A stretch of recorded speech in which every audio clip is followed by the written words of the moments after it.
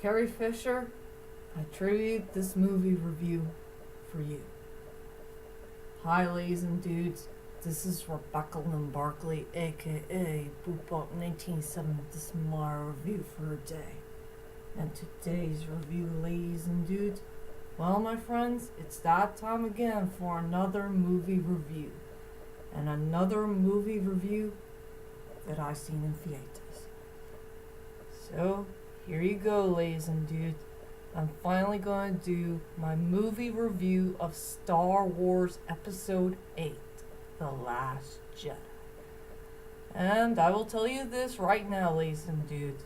I did enjoy this movie. And the reason why I want to do this movie review is because I just want to see Carrie Fisher's performance as Princess Leia for the last and final time. This is a sad shame that this is her last and final movie before she passed away from last year. And I will tell you about the character-wise in a moment. So, anyway, without further ado, ladies and dudes, here's my movie review of Star Wars Episode 8, The Last Jedi. And I guess I have nothing else to say about the main plot of the story without spoiling anything. So there's only 3 subplot storylines going on in the film. Like, Rey is going to do some training for a little while so she can learn about the Force with a little help of Luke Skywalker. There is Poe, who is stuck on that ship with his buddy Finn and this new girl named Rose. They're trying to think of something how to take care of this problem in outer space. And yeah, Finn and Rose have to go on a mission to find something that might be important to save their people, even Princess Leia, who is unconscious for a while, and also the subplot that featured Kylo Ren and his main problem. And there's a 50-50% about this dude. Will he remain as a villain, or does he want to be a good guy dude? And that's all I could say about the 3 subplots, things that's going on in Star Wars Episode 8, The Last Jedi. And I guess everybody wants to know is, what the heck do I think about Star Wars Episode 8, The Last Jedi? Well, to tell you the truth is, ladies and dudes, I did enjoy this movie. It's a pretty darn good movie to watch. No wonder this director dude, I forgot his name, whoever he is, he did a really good job of making this movie. At least it's a little bit better than Force Awakens, I'll tell you that right now. It's a little bit better. Just itsy bitsies. Not a whole lot. Don't boo at me for this. I say I do enjoy it. For the most part, anyway. So, all I could say is, I do enjoy the storyline for the most part. The characters, I will say half of them are likable and half of them are decent.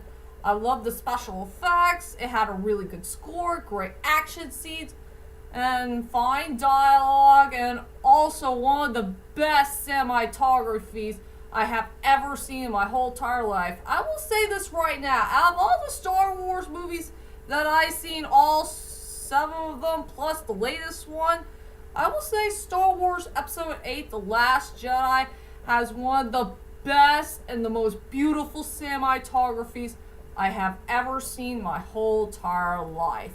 I mean, it was very well shot, very well detailed.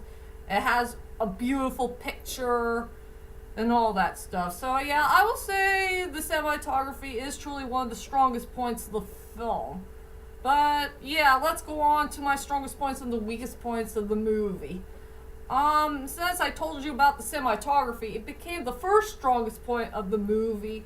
I will say my second strongest point of the movie, and I promise to all of you I will not spoil anything, if you guys haven't seen the movie or not, I will go to the main climax of the story. I mean, Saren at close to the near end of the film. I mean, the main climax has the best epic feel I have ever seen in my whole entire life in movie history.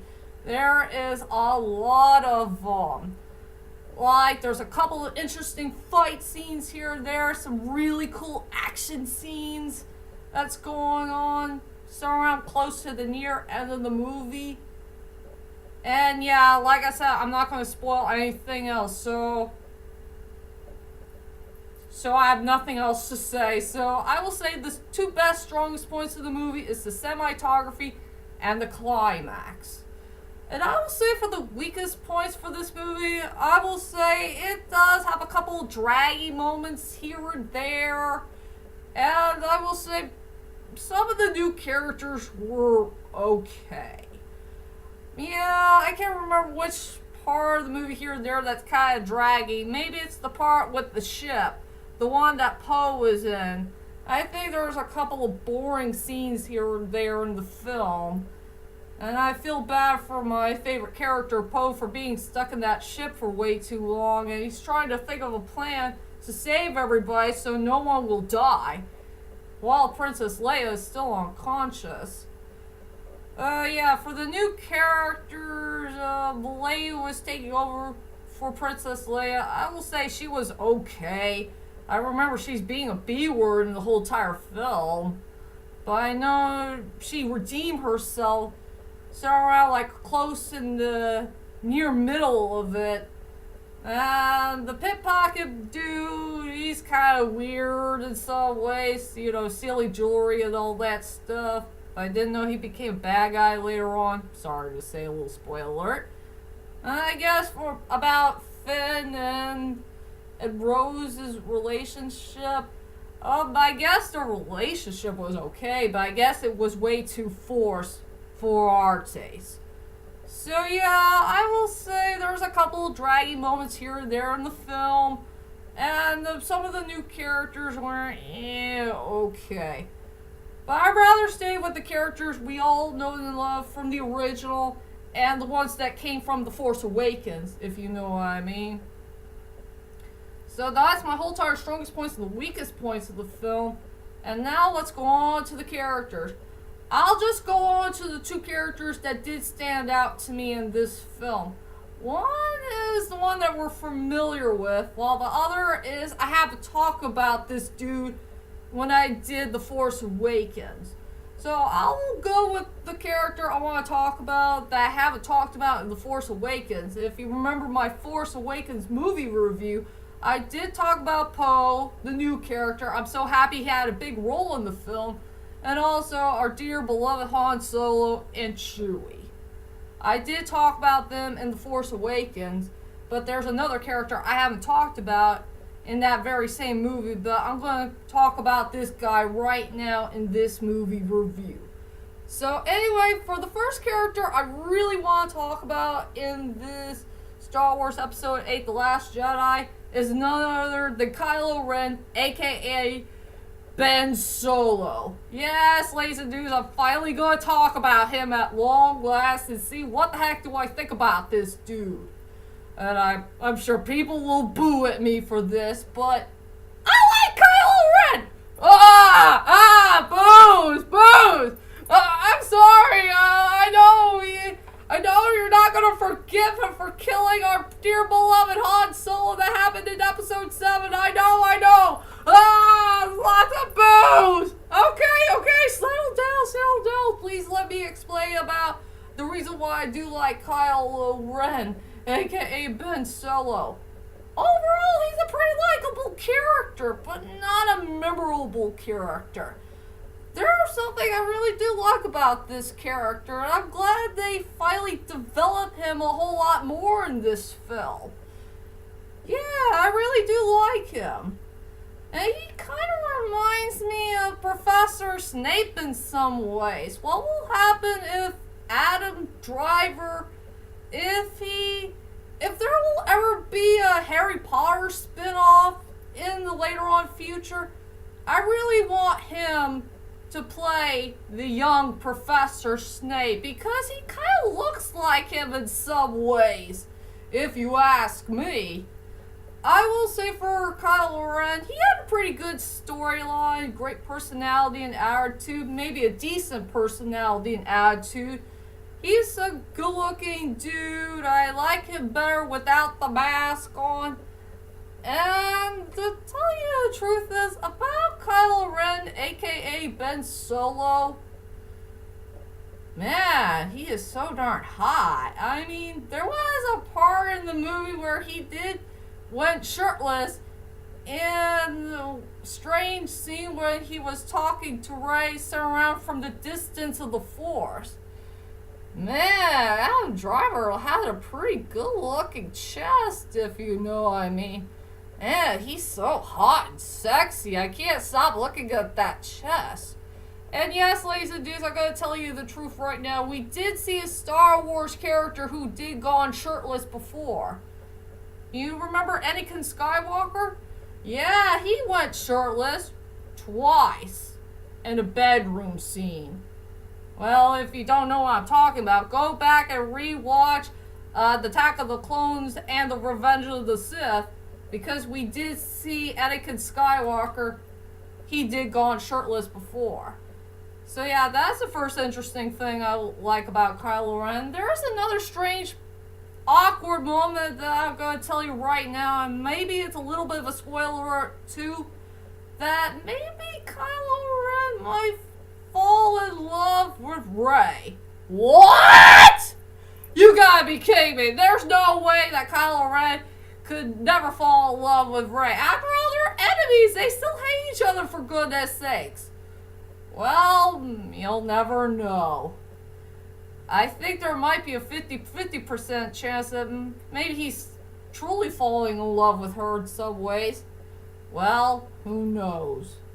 So yeah, Kylo Ren is one of the good characters I do like in the film. And as for the other character I really want to talk about in this movie review is none other than Princess Leia, played by our dear beloved Carrie Fisher. I frickin' love Carrie Fisher in this movie, and she did a really good job in this film. And it's a sad shame that she passed away from last year. And it's also a sad shame she have never got a chance to see this movie in general. And also, from another year later, her mother had died as well. When her heart breaks, if you know what I mean. So yeah, about Princess Leia, she's a really good character overall. She had a good storyline, great personality and attitude. I just do feel so sorry for her in some ways.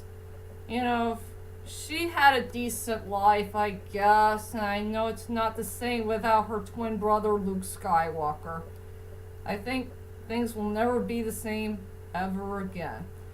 So I want to say to Carrie Fisher, wherever she is in heaven, thank you so much for working so hard on the Star Wars saga.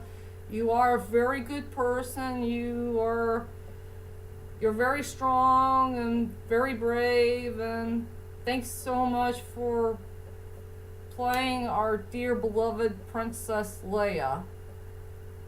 We really do love you, and we will miss you. Amen.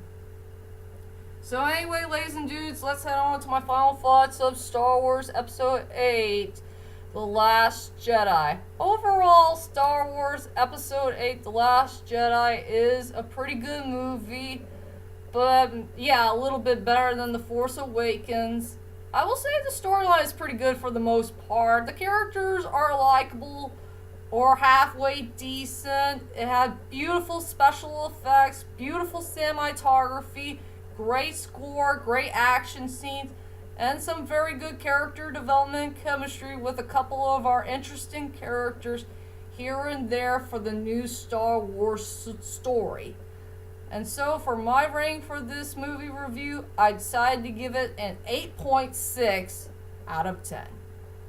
And it's a sad shame that we lost Carrie Fisher in such of a sad timing, if you know what I mean.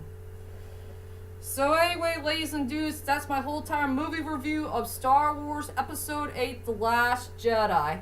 I hope you enjoyed this movie review, and join me next time for my last and final movie review that I gotta do for Season 6.